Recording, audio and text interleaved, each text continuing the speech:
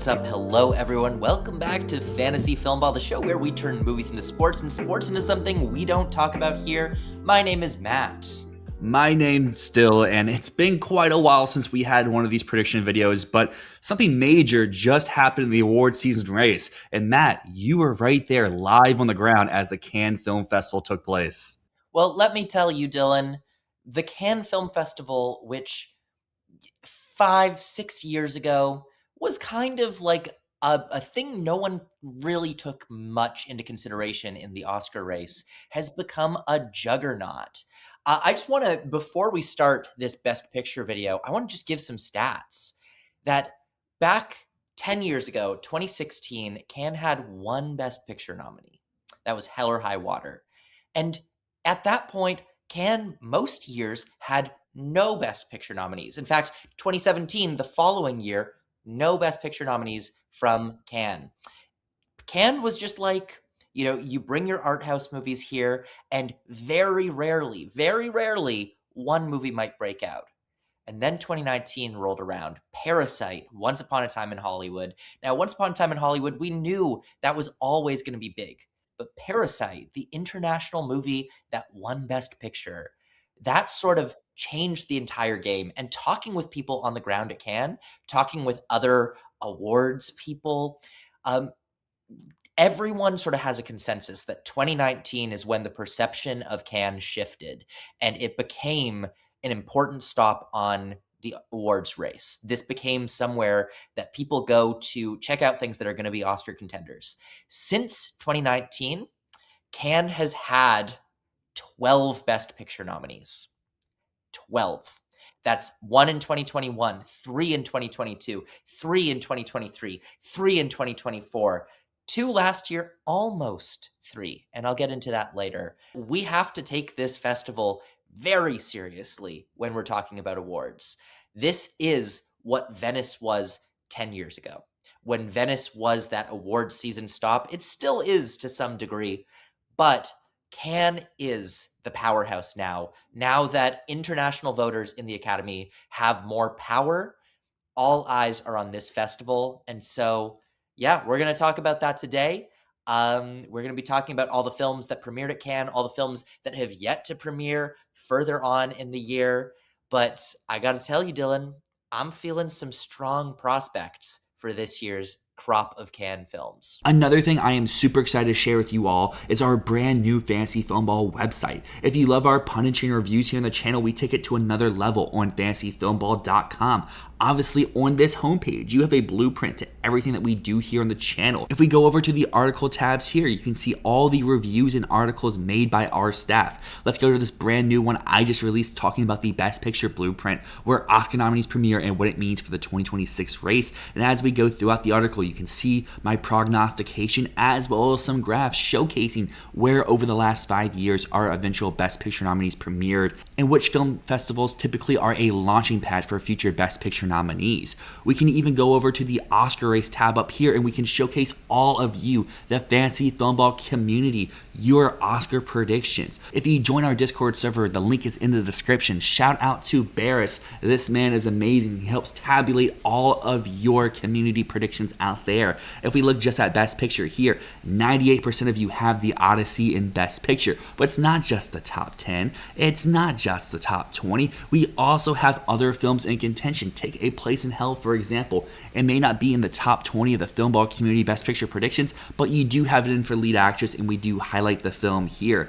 Let's take a film like Michael, for example. It's number 19 in Best Picture. Only 7% of people have it predicted. But if I click on the film here, you can see all the information about the movie, and you can even see if we have any articles or reviews about the film. Taking a look at my Michael review here, you see the headline, the subhead, the star rating, my quick Oscar prognostication, as well as my review, what categories I currently predict the film in, as well as the movie by the numbers, the runtime, the percent of people in the community predicting it, and where its current rank is. Moving on down the line, we go over to our Filmball Awards tab, and here we showcase everything that the community has put together over the last few years. Let's jump to 2024. You can see that we awarded Nora Best Picture. You can come down here and saw that we were based, we were cool. We double nominated nominate Sebastian Stan over here in the Best Lead Actor category.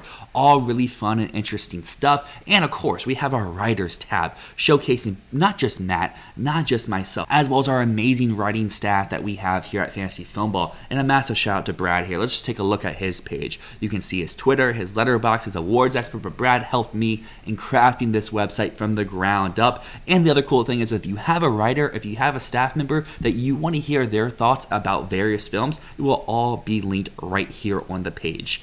And I guess just to close out here, the About section. You ever wondered what Fantasy Filmball is, how Matt and I met together? You can see it all right here on one page. And that's the big thing for me, is this part right here. This has all been a culmination for Fantasy Filmball.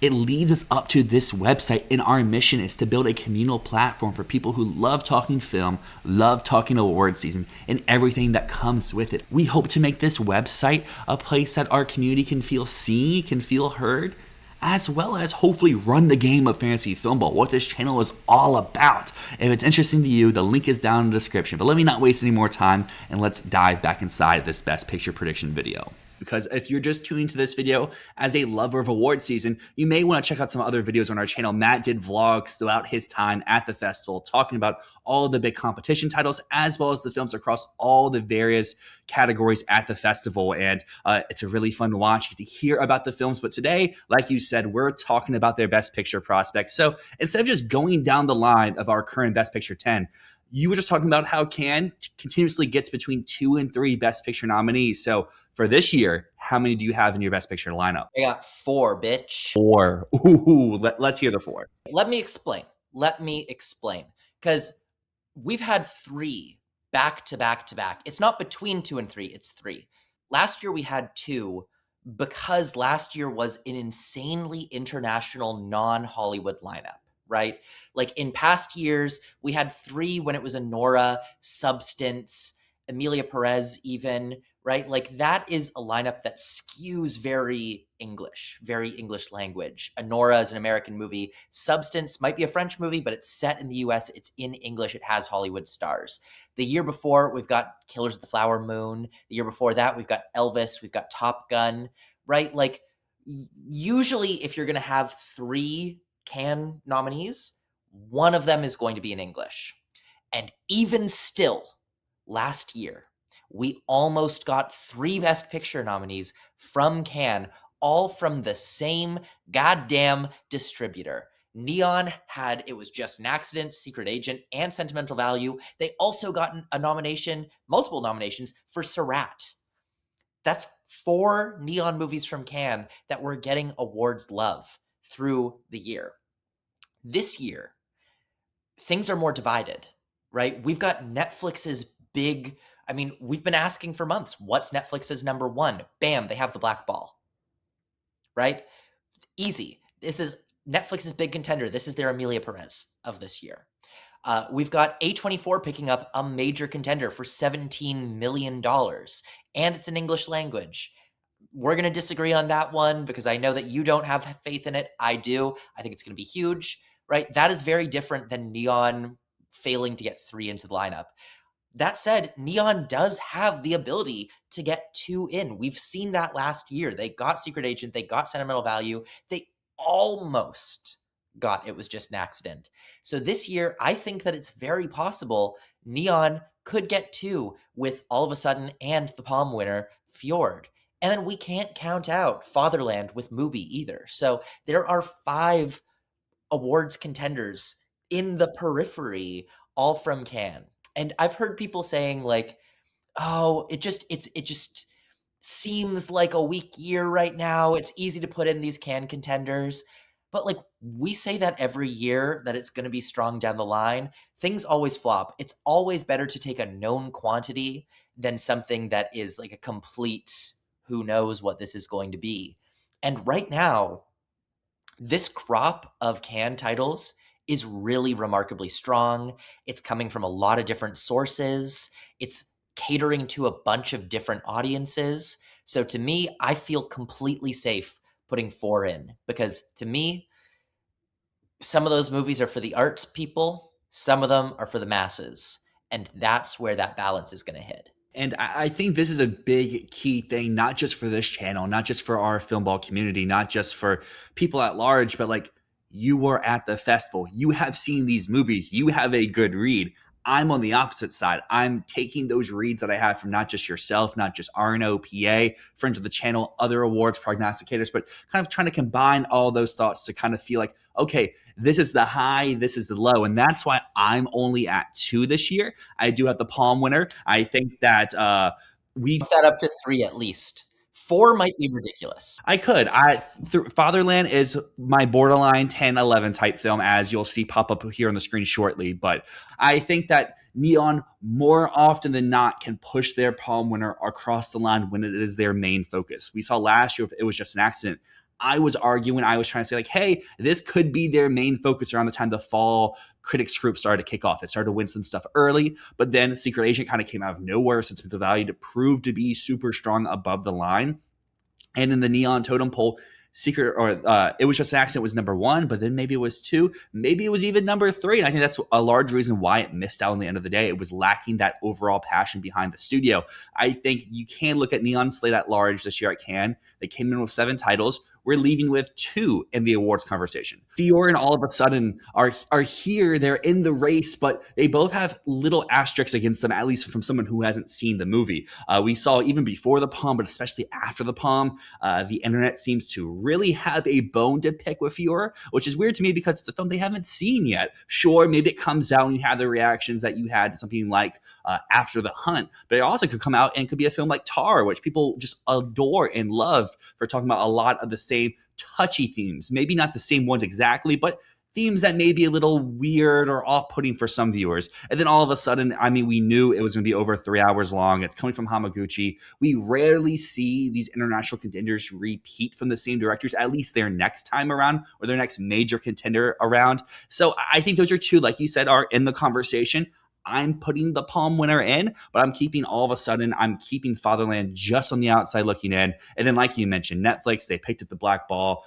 This looks like it could be the tech juggernaut out of the Cannes Film Festival. I've seen some predictors have it go up to 13, 14 nominations, which is crazy. And even if it doesn't hit that level, I think we've seen time and time again, whatever Netflix's number 1 film is, they will peril that thing into an overperformance in nominations.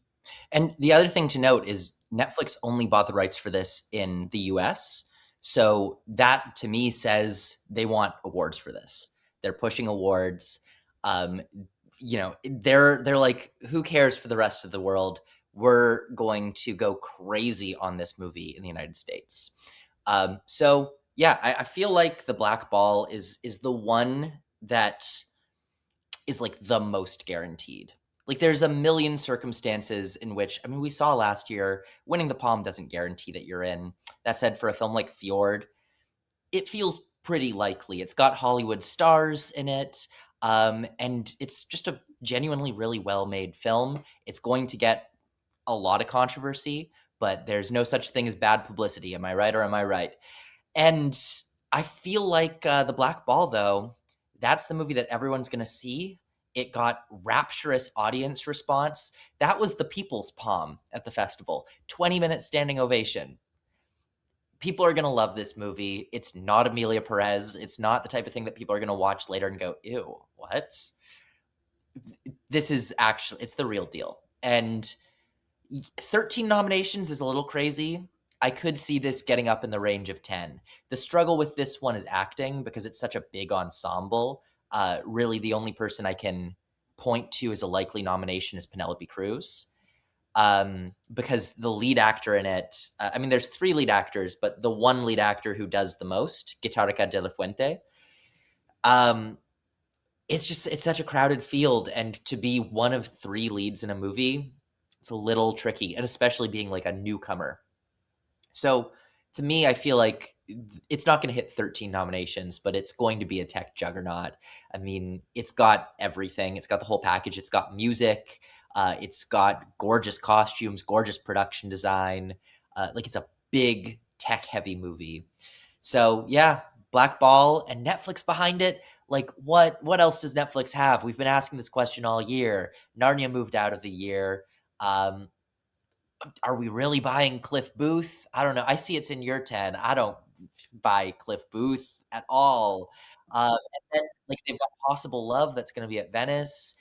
They've got like a few other. They've got the Here Comes the Flood, the Fernando Meirelles film, but like it's likely just the black ball. We know the film is great. We know it's got fantastic reviews. We know it has audience support. We know it has a giant tech package.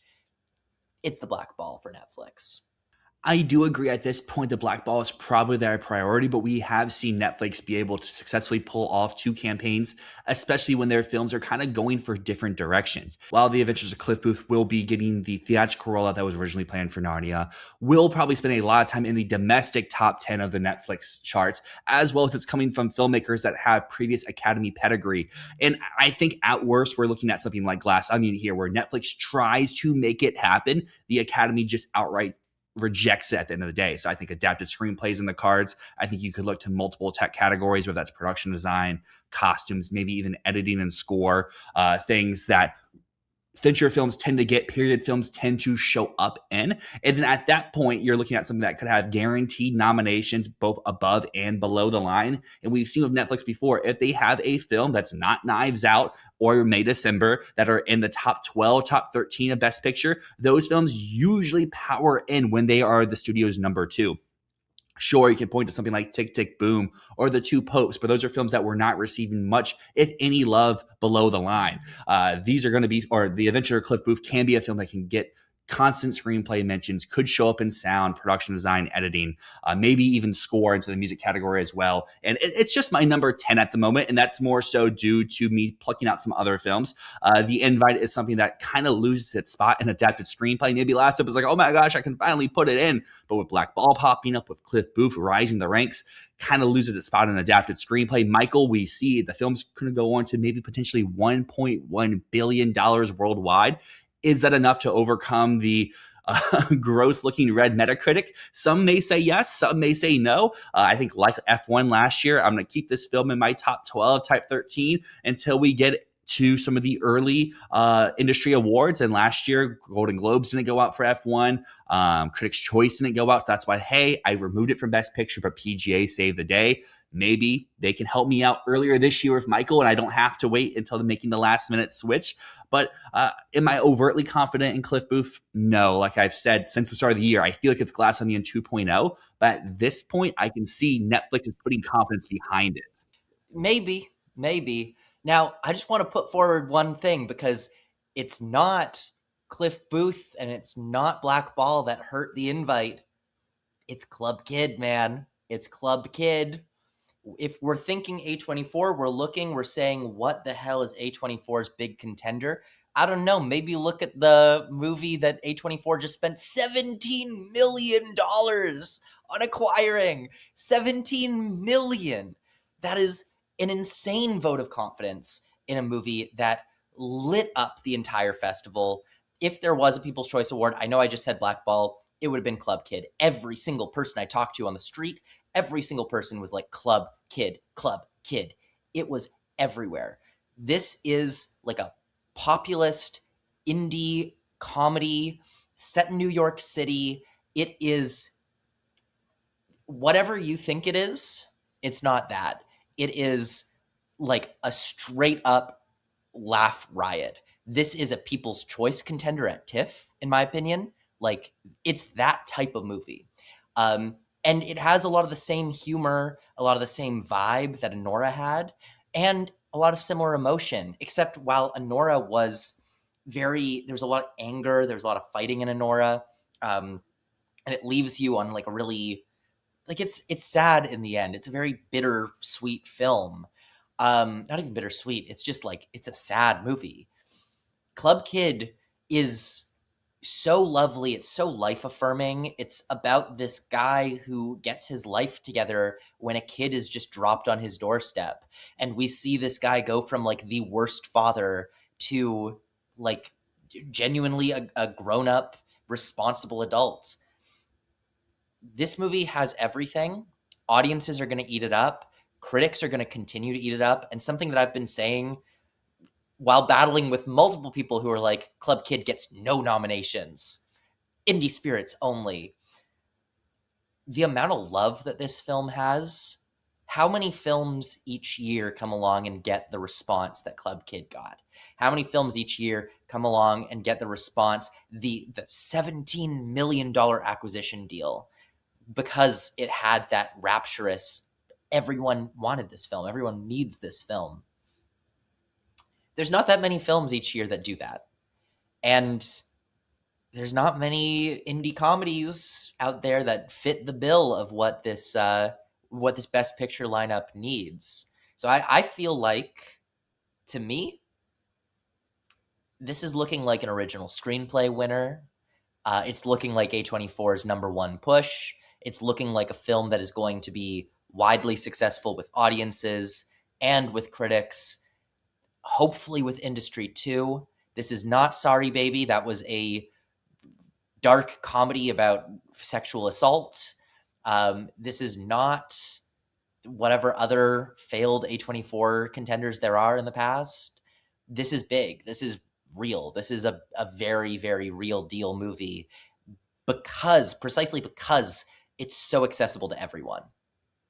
I am super excited for Club Kid. I think Jordan Firstman's a very hilarious individual. My more so reservations come from is the uphill battle it has to overcome. I think making the Anora comparison is a great one to make. The biggest issues there is Anora was a Palme d'Or winner. It played in competition. It played by someone who had already been on the Academy's radar before. I understand the price tag. I understand the potential to win the PCA.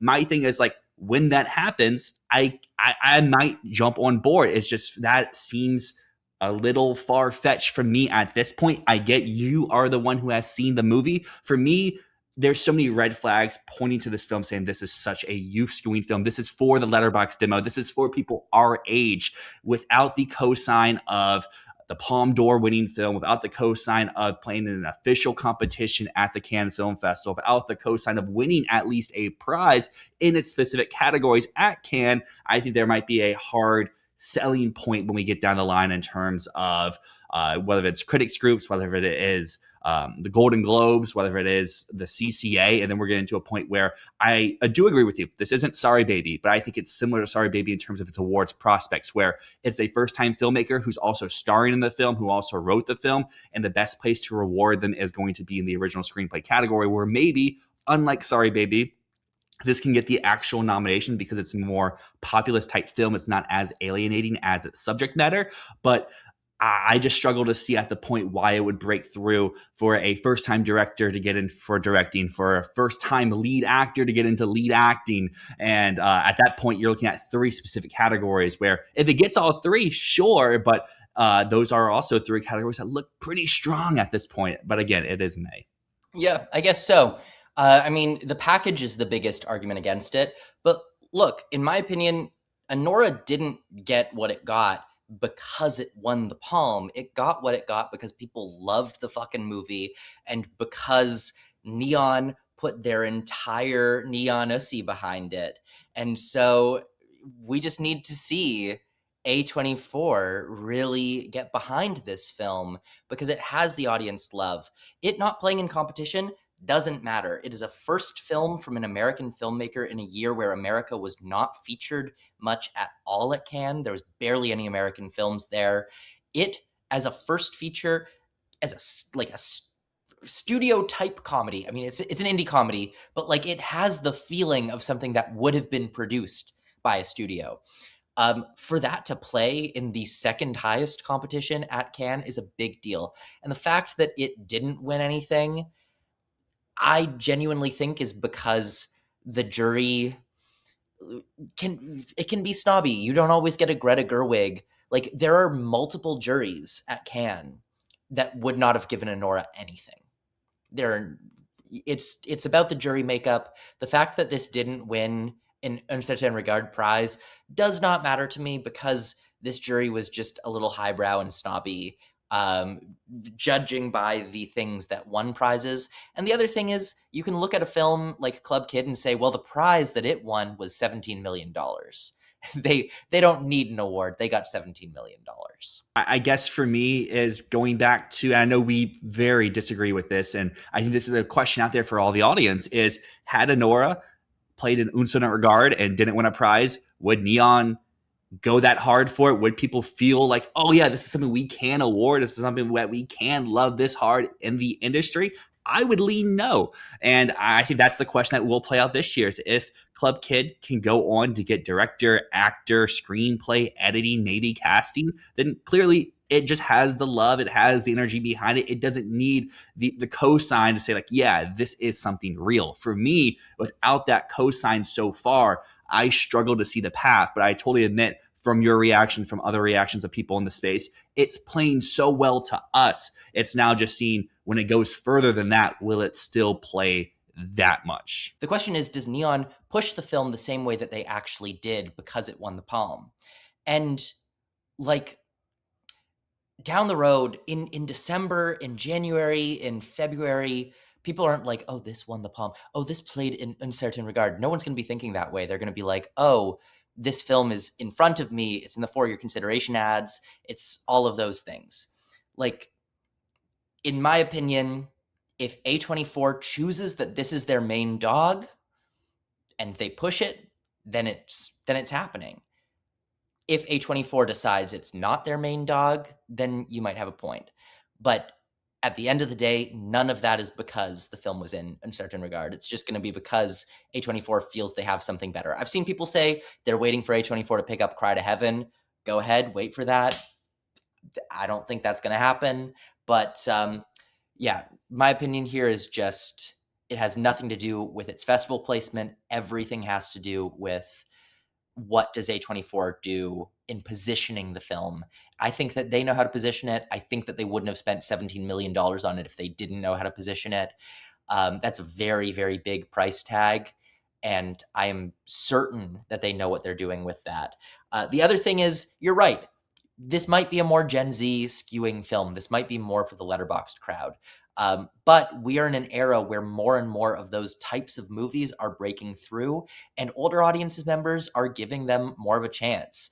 I was talking to Brother Bro at the festival, and he was like, what if this is just Challengers? What if this is a movie that really skews to that audience and no one else? And the thing is, Challengers released in April, and that online crowd that has so much power to push things, they weren't talking about it by the time we got around to awards season. Like, some people were still talking about it, but they'd moved on to other things at that point. If this is released October, November, it will be the movie of the moment, the movie that the internet is pushing. We know that that internet crowd, they might not be awards voters, but they do have sway. Look at Everything Everywhere All at Once. Look at, even last year with Sinners, One Battle, those were both heavily championed by that online group.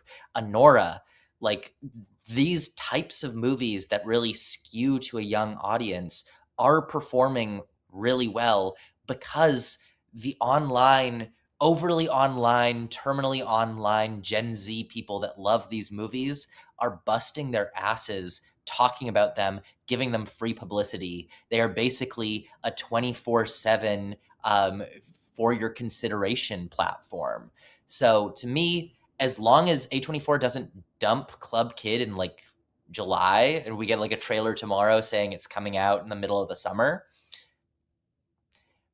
I think that this is going to be a movie that's getting a lot of love, a lot of a push from the internet, and from those people that we know have a voice, have a platform. I don't want to dunk on this movie too much. I haven't seen it. I'm super excited for it. You're gonna love it. But I would say favorite movie of the year. It could be. I would say that Jordan Firstman doesn't have the pull that with Everything Everywhere you had Ki Hee Kwan, you had Michelle Yeoh, you had Jamie Lee Curtis. One Battle you have PTA and Leo. Sinners you have Ryan Coogler. Anora you had Mikey Madison being the best actress frontrunner for almost the whole season, and Sean Baker off the palm. I think that's the biggest difference in my eyes here is there's not that person attached to it to give the industry this is what I need to get behind. So for you, it's really just that it's a first-time filmmaker. So what about Past Lives? Past Lives, I think, is a great comparison here. And it could be the best case scenario where Past Lives came out of the gate at Sundance. People saying, this is our best picture winner. It's going to go the whole season. And at the end of the day, it was the number 10 in best picture. Just got a screenplay nomination. April or whatever. Like June? Yeah, it released in June.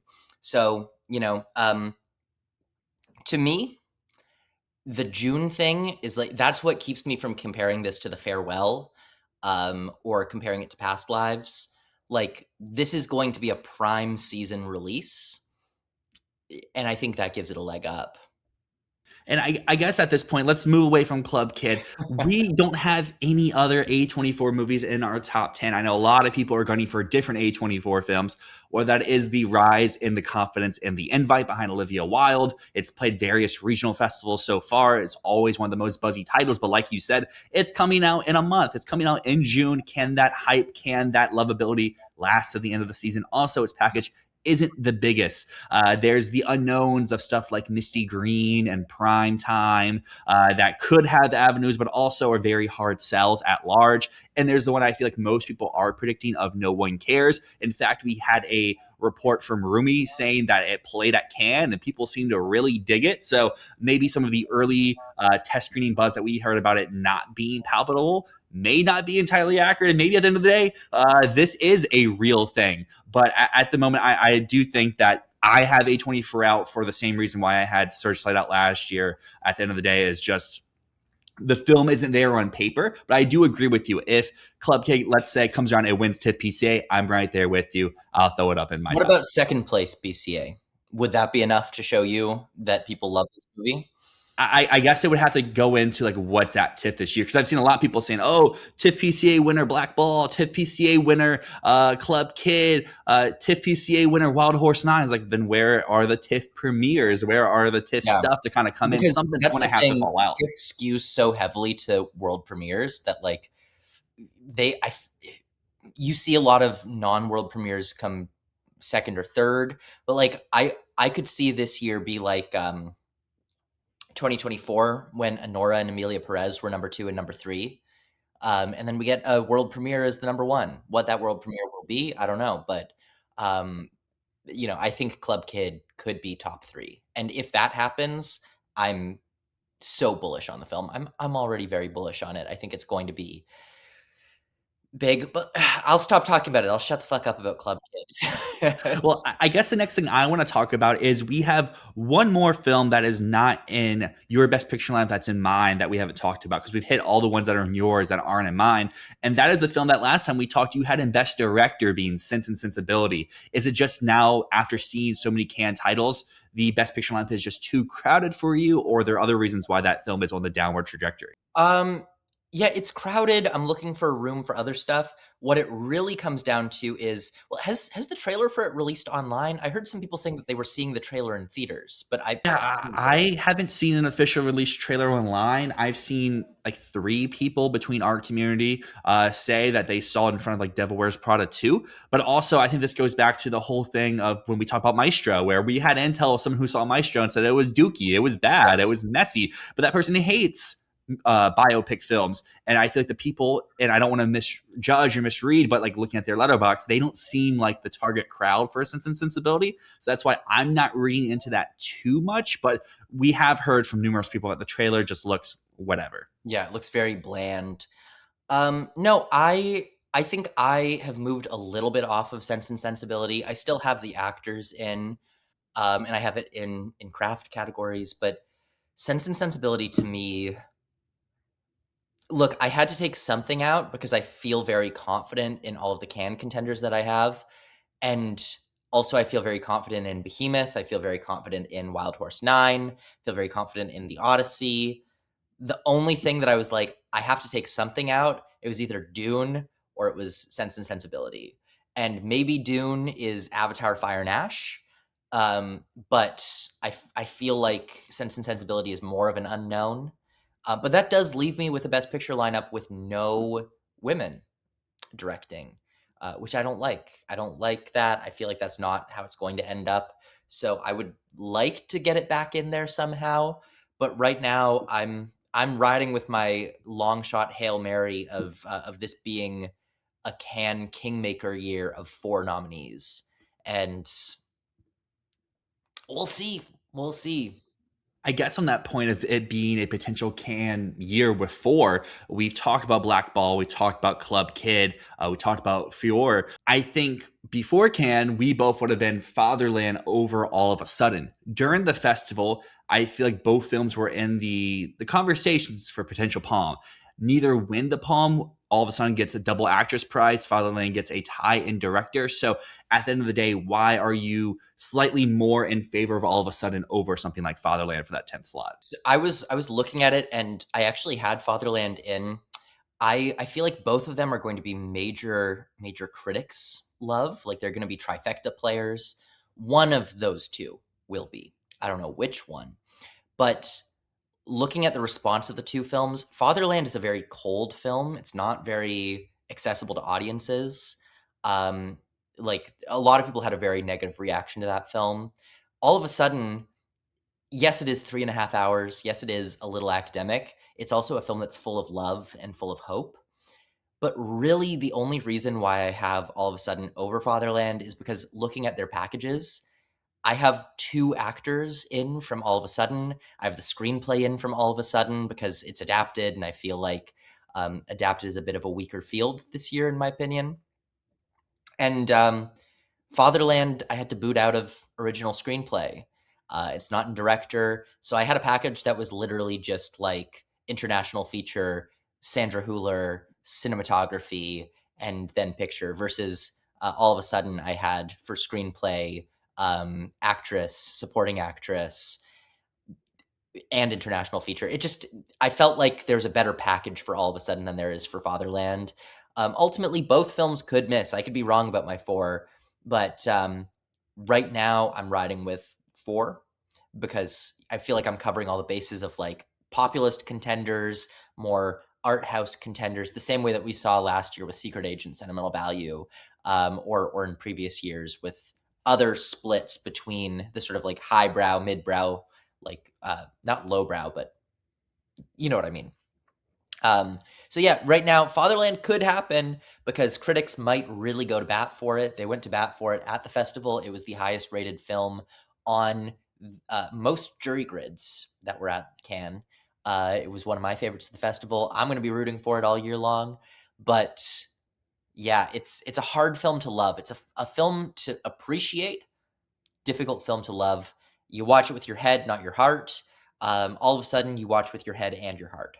So we've talked about the can titles. We talked about what you have and I don't, and what I have and you don't. And it's kind of crazy. We're about 30 minutes into this video. We've yet to mention Christopher Nolan's The Odyssey, which is currently the frontrunner on Awards Expert. It's my default for number one, which I want to change it because I think continuously as we get closer to the release date, we see more and more, even if it is just a small contingency online, there's going to be some negative energy around the Odyssey at large. It's happening before the movie comes out. Typically, Best Picture winners do get that, but that's closer to the time they're about to win, like with Honora, with One Battle, with countless other films where people adore them until they are winning. Where this, even if it's a small contingency of very weird people online, it's also bleeding over to Oscar fans as well, being like, oh, does Nolan need to go back to back? Blah, blah, blah. So, like, I don't know. I still think, regardless of how some people may feel, its tech love, its prospects there can carry it in the Best Picture conversation for at least a nomination, if not more. But that's kind of the lame thing with some of these other movies like Wild Horse 9, like Digger, like Project Hail Mary. There's not much new things to talk about because everyone kind of just does agree they are happening. Project Hail Mary recently passed Oppenheimer's domestic box office gross, which is an insane thing. The legs on that film are amazing, but kind of like Sinners last year, it's much more skewing towards domestic. It's not as crazy as Sinners number last year, but it's very much more of a domestic hit than it is a international hit. But regardless, I still do believe it's a top 6, maybe even top 3 film at the Oscars. Yeah, I feel like the hatred that we're seeing online around the Odyssey is crazy. Those are crazy people. Like the trailer looks fantastic, and it's just like getting bombarded with dislikes everywhere. Um, but like we can't let the possibility go that this is Tenet. I don't know if it would go that low, but I think just due to the subject matter itself, it's not going to be a weird, twisty time action spy thriller. And again, if Tenet hadn't had all the behind the scenes drama between Nolan and Warner, it probably would have got an additional 2 nominations. But still, I think Odyssey can at least get by like the F1 type thing last year. If it's a worst case scenario, it's your number 9, your number 10. That's just that tech juggernaut that is from a previous nominee that just checks off enough boxes. Wild Horse 9, my theory of it potentially going to Cannes did not come true. No, probably new news for that film until we hit Venice. Digger is a film that could go to Venice, could not. I don't know if you had a chance to see. There was like a small, like 40-second teaser they threw in front of the Top Gun Maverick re-release, but I think they put it online as well. There's not much new footage. It just showcases, hey, production design looks real. This film is going to be very grand. I really like that trailer that came out because before the 40 seconds of Digger footage, it's basically here's why Tom Cruise is the GOAT type mix with it. And I think it really further emphasizes Warner knows that Cruise can win for this. So they're getting out ahead early saying, hey, he's been doing great work for 30 years. Well, look what he has next. Yeah. One thing I want to talk more about the Odyssey in a bit, but one thing I've noticed is the last time that Venice had 3 nominees in Best Picture was 2018. Otherwise, they are consistently 2 every single year. So if Wild Horse 9 and Digger and Behemoth all go to Venice, and some people would say Cry to Heaven, that's one of those might fall out, or we get an anomaly of a year. So I don't know where I'm feeling on that, but I've got all 3 movies in, and I think they're all going to Venice. And that's the thing is like if Venice has a year, Cannes probably can as well, and vice versa. If Cannes getting Or 4, they Venice both do, and probably you just can't a get very all 3. festival-heavy year. It could be that as well. And then to round it out, you have your blockbusters of Project Hail Mary, Dune, and Odyssey and stuff like that. But like I don't know. I guess going over to Behemoth, there hasn't been any real news for it yet. We have no stills, we have no trailer, but there have been reports of numerous test screenings as of late that all sound very promising. We have known for a while this film is about the making of Hollywood scores, and it sounds like that aspect really hits hard. So, I mean, just looking right there, you have sound, you have score, maybe even editing. Yeah. And then there's also been people saying this could be Pedro Pascal's best moment in his career. I mean, to some people, that's not a high bar to clear. To other people, they're super excited for that. So I think he could be someone this year that we look in lead actor to be kind of like that, what we've seen the last few years in the drama category at the Globes, where like all the real contenders are in comedy. So the person who wins drama kind of helps boost their film and kind of boost their chances in lead actor. And I get it's not a Brazilian film, but Pedro Pascal could follow and like The Secret Agent and the I'm Still Here path, winning drama actor for Globe and propelling his film up into the Best Picture 10. Let me just double back to the Odyssey because I just want to say that like I am personally really, really excited for the movie. I love the story of the Odyssey. I was a Greek mythology kid. Like Percy Jackson and the Olympians was a defining part of my childhood. And so I loved Greek mythology. I loved the Odyssey growing up. I have a couple of things I'm worried about. And, you know, I feel like I should just state the concerns. Number one concern, it is a very, very big text. And I feel like it could feel bloated at times. So that's one small concern that I have is just, especially because it seems like he's doing part of the Iliad as well as the Odyssey. I'm concerned about that. I'm also concerned Christopher Nolan is such a realist in his filmmaking. And that's a loose term because he's not a realist in the sense of like Ken Loach or whatever. But when Christopher Nolan makes these big blockbuster movies, he puts so much emphasis on trying to make everything look as real and as I mean, it's cinematic, but it's like he's not stylizing the world in a way. He's really trying to like you look at Matt Reeves' The Batman versus The Dark Knight. Matt Reeves' The Batman is like a dark, twisty city that feels very noir.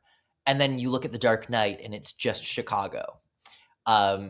Christopher Nolan really loves to take on big projects that are sort of set in these fantasy worlds and strip the fantasy away. Like you look at stuff like The Prestige, Interstellar. He really likes to make things feel as real as possible, even when they're grandiose. And I worry about how that's going to play when we're talking about Greek gods and Cyclops and like giant sea monsters. So it's a concern that I have.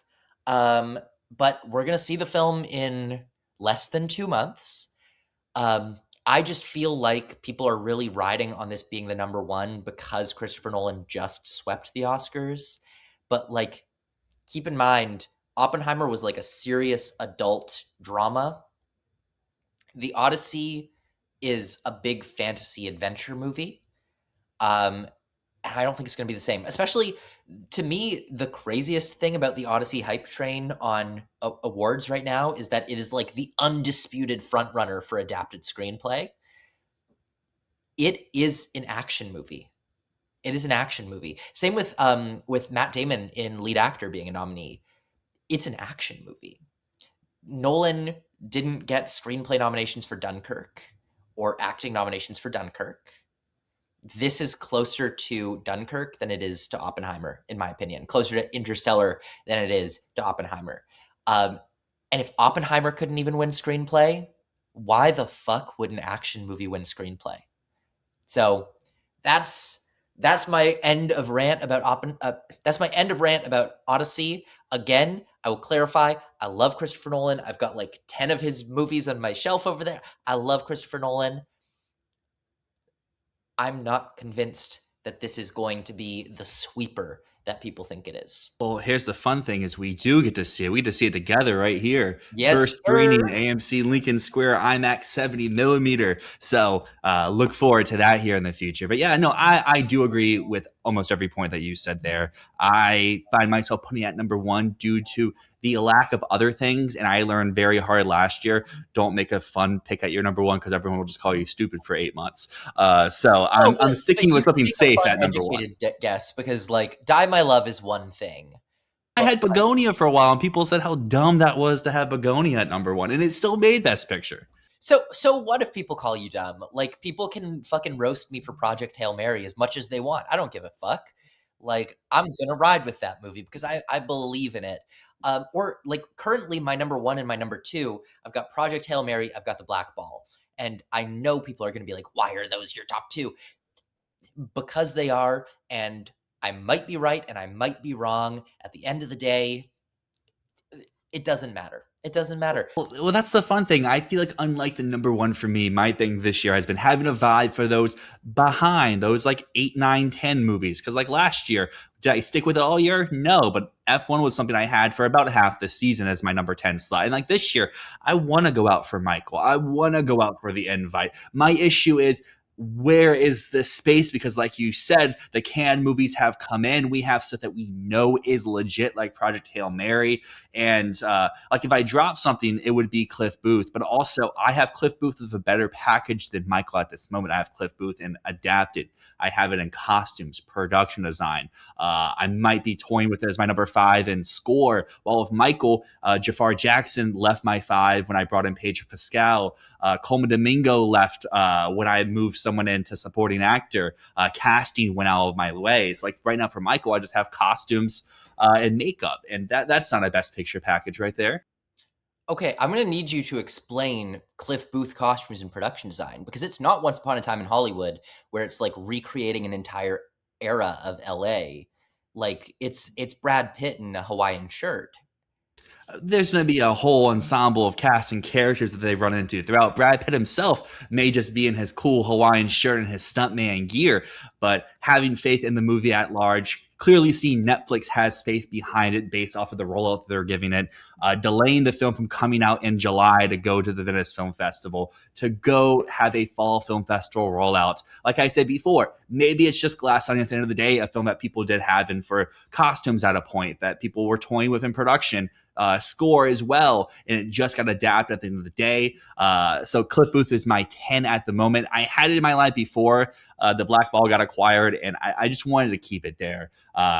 for the time being, at least. I want to have it in my top 10, at least officially for one video, because looking at these next films in line, we've talked about some of them already. I mean, obviously, the invite now is a massive hurdle with Club Kid being there, as well as the fact that it now has to survive the whole year. I get you say Adapted may not be strong, but for me, Adapted has like 11 movies I could consider for the nomination here if we're throwing in stuff like Cry to Heaven that could potentially be next year. Social Reckoning is a film that we haven't talked much about. I know you and I aren't huge believers, but I still think there is a small chance this becomes the film that everyone on like the film Twitter space just does not want to happen and just continuously happens throughout awards season. Whether that's Mikey Madison in lead, Jeremy Strong in supporting, adapted screenplay. Maybe there's even a tech potential in there. Aaron Sorkin, I know, is not the best track record for director nominations, but he does have a pretty great track record of at least showing up at the Academy. He tends to either get just acting or just screenplay. When both happen, it's Trial of Chicago 7, and the film is a top 4 movie in the Best Picture race. Yeah, I mean, that's one that is maybe we're writing it off a little bit too quickly, but I don't know. I don't know, man.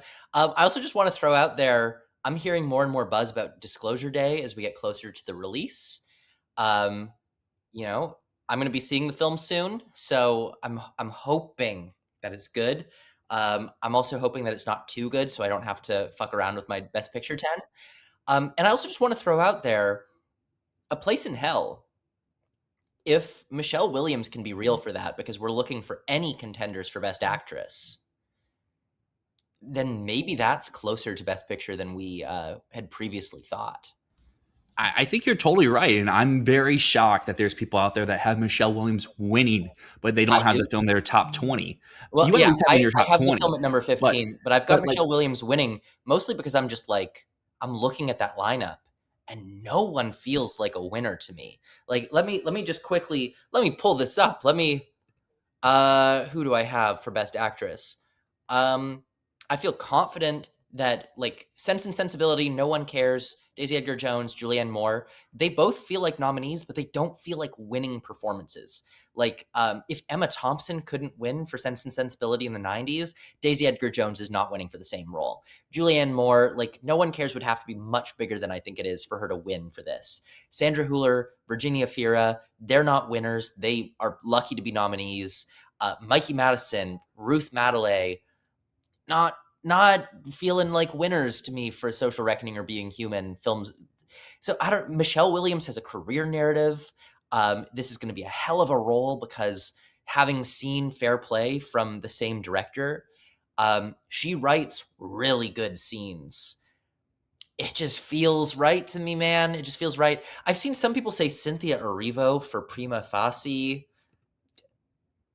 I don't buy that at all. I think if this was going to be big, Jodie Comer would be doing it and carrying over her Tony winning role. I don't know. Best Actress is a mystery, but I feel like if Michelle Williams is in contention, we have to take the film seriously for Best Picture as well. And that's the reason why I still have Sense and Sensibility in my Best Picture lineup, because I do have Daisy Edgar Jones winning due to the lack of competition. But I'm a firm believer, unless your film is just so divisive that if you're winning a lead acting prize, you need that Best Picture nomination. If we look to the last few people that did go on to win without Best Picture, it's Brendan Fraser. You could argue The Whale was number 11 in Best Picture that year. It got multiple Academy Award nominations outside of just Fraser. Then you go back to Renee Zellweger and Judy. Yes, maybe the film wasn't top 15, but she swept the season. I would say that Isa Tammy Faye is a weird one because no one in that lineup was in the Best Picture nomination. Where, like, let's say, I don't know, I'm trying to think of who else was in that lineup. Like, let's say like Rachel Zegler got in for West Side Story. She may have won because her film was a Best Picture nominee that year, where she had won the Golden Globe ahead of time. So like that year is a weird one just because we had the rare exception, which I would be shocked if it happens again, but I think a lot of people are predicting it this year, of where there are no women nominated lead actors who have their film in their Best Picture lineup. Yeah, actually, wait, let me see. Yeah, the only one that I have is all of a sudden Virginia Fira. And that's like a borderline Best Picture nominee. Same with Fatherland. Like, my two international ones are the ones that are right on the edge of Best Picture. And Sense and Sensibility, I guess, like, is right on the edge of Best Picture. I mean, if we go to the community at large, I'm going to update it here just real quick to see what we're looking at. But yeah, A Place in Hell is currently number 24 to the awards expert community at large, 4% nomination. Yet if I go over to lead actress, Michelle Williams currently is number 2 at a 65% nomination and a 22% win. Those numbers don't match for me. And I just feel like if you are a Michelle Williams winning lead actress, you should at least have her film close, if not in your top 10. And that's same thing goes if you have Mikey Madison winning, if you have Julianne Moore, if you have Cynthia Erivo for Prima Facie, that film needs to be in your Best Picture line. Yeah. Also, warning people away from this, don't predict Renata Reinsve to win. Don't do it. I promise you. Almost everyone, and this goes back to what I was talking about before, almost everyone I've seen who saw the film at Cannes say the same thing.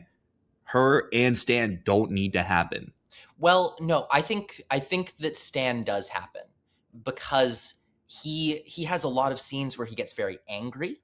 He has some flashy moments, and it's a physical transformation. You look at him and you go, holy shit, that's Sebastian Stan? That's what makes it different, right? I think that Stan can absolutely be a fixture in the lineup if Fjord is in Best Picture, which it likely is. So to me, Stan happens, Reinsve doesn't.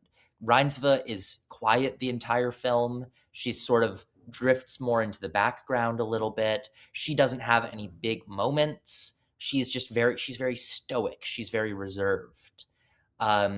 Stan gets to have some big scenes. Gotcha. Okay. And I guess just looking at the rest of our Best Picture lines, we kind of hit every film that we currently have in our top 23. There's stuff like Josephine and Werewolf and Jack of Spades, but there's not much new things with those. We know Josephine sold to Sumerian. It needs the fall film festivals to really help revive it.